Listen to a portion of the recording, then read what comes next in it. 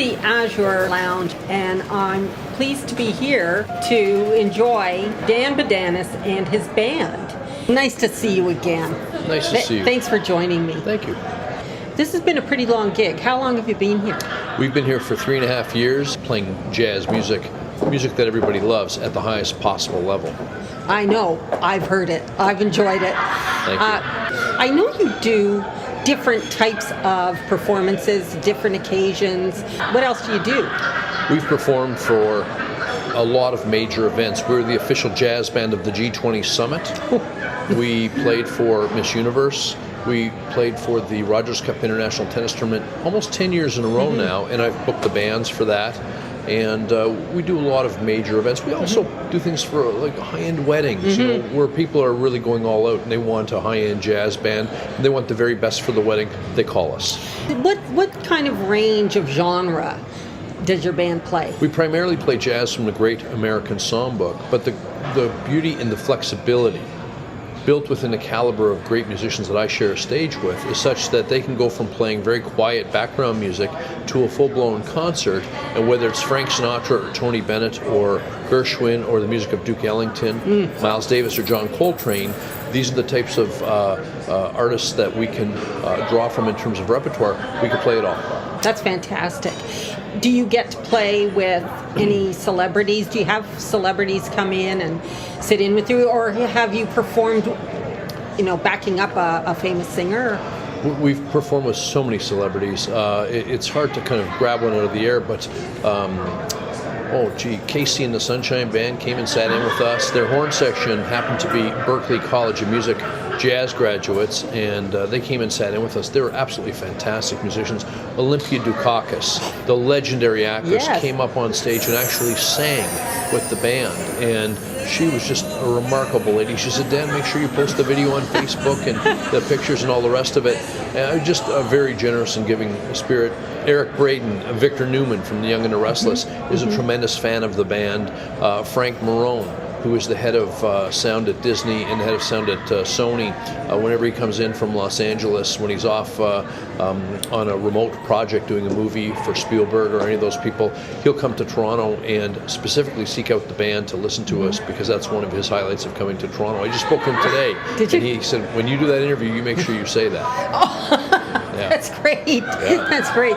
Now, let's talk about your the other two members of your trio, who will be here setting up very shortly, because you're going live in a few minutes. Yeah. You have Steve Wallace on bass and Bernie Sinensky on piano. Yeah. Both very talented, both versatile. What kind of background do they have? Have they recorded? Do they play live? They've both played on more albums than they can remember, and those are major jazz albums. I'll talk about Steve first. Steve Wallace has played bass with Zoot Sims, Chet Baker, Rosemary Clooney. He won a Grammy Award for his legendary bass work with Rob McConnell in the Boss Brass. Ooh. He's also been a professor of music at several major jazz institutions. He's world-renowned. I personally think he's the best bass player on the planet.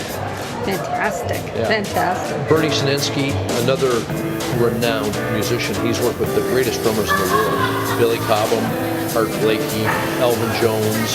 He's also worked with Mo Kaufman for over 25 years. Bernie's also played with Zoot Sims and Chet Baker. Bernie also worked with Dizzy Gillespie and did several world tours with Diz, yeah. He must have been awfully young. Yeah.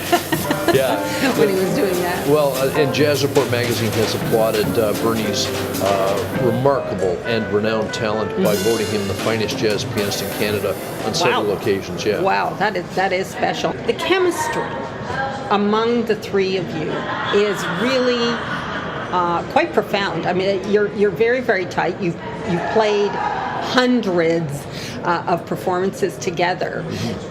Do you have kind of a magic formula for that? One of the great things with respect to Bernie and Steve is that flexibility. James B., the legendary on-air host of 91.1 Jazz FM, has brought through to hear our band, I guess, somewhere between 7 to 9 jazz safaris, where he brings 25 people in for 1 hour, and he goes to 5 different jazz clubs, 1 hour each, and he'll bring in these 25 people. They'll listen to us. We put on a full-blown concert, and at different times people have got up to dance. At different times people have made requests of the band. At different times people have come in not knowing what to expect and then left completely inspired and motivated to come back to hear more. And so whether it be to dance or and to move or to just to listen and appreciate the music we play, we tend to bring back a lot of people on a fairly regular basis, which is a very positive aspect of our business offering, if you will. One of the things that's really important for us in terms of the things that go on off stage is the fact that we come with a very significant business and marketing plan. And we look at our opportunity to perform as an opportunity from a business perspective to share music in a way that no other jazz band offers. And so we look at our jazz band from a business perspective, and we've commoditized the jazz band. We've created a plan that differentiates the jazz band and the venue that we're performing in, particularly for a long-term engagement.